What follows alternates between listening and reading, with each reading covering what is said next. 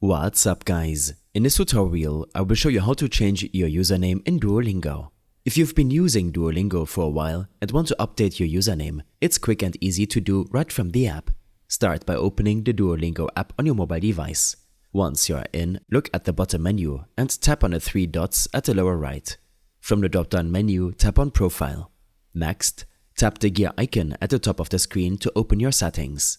From here, tap on Profile under the Account section.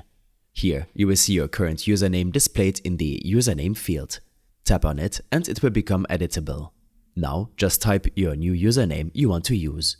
Keep in mind that your new username must be unique across Duolingo. So, if anyone else is already using it, you need to try a different one. Once you've entered a username that works, tap the Return or Enter key on your keyboard. Your changes will be saved automatically, and your new username will take effect immediately across your Duolingo account. I hope this helped you out. Leave a comment if you have any questions and see you in the next one.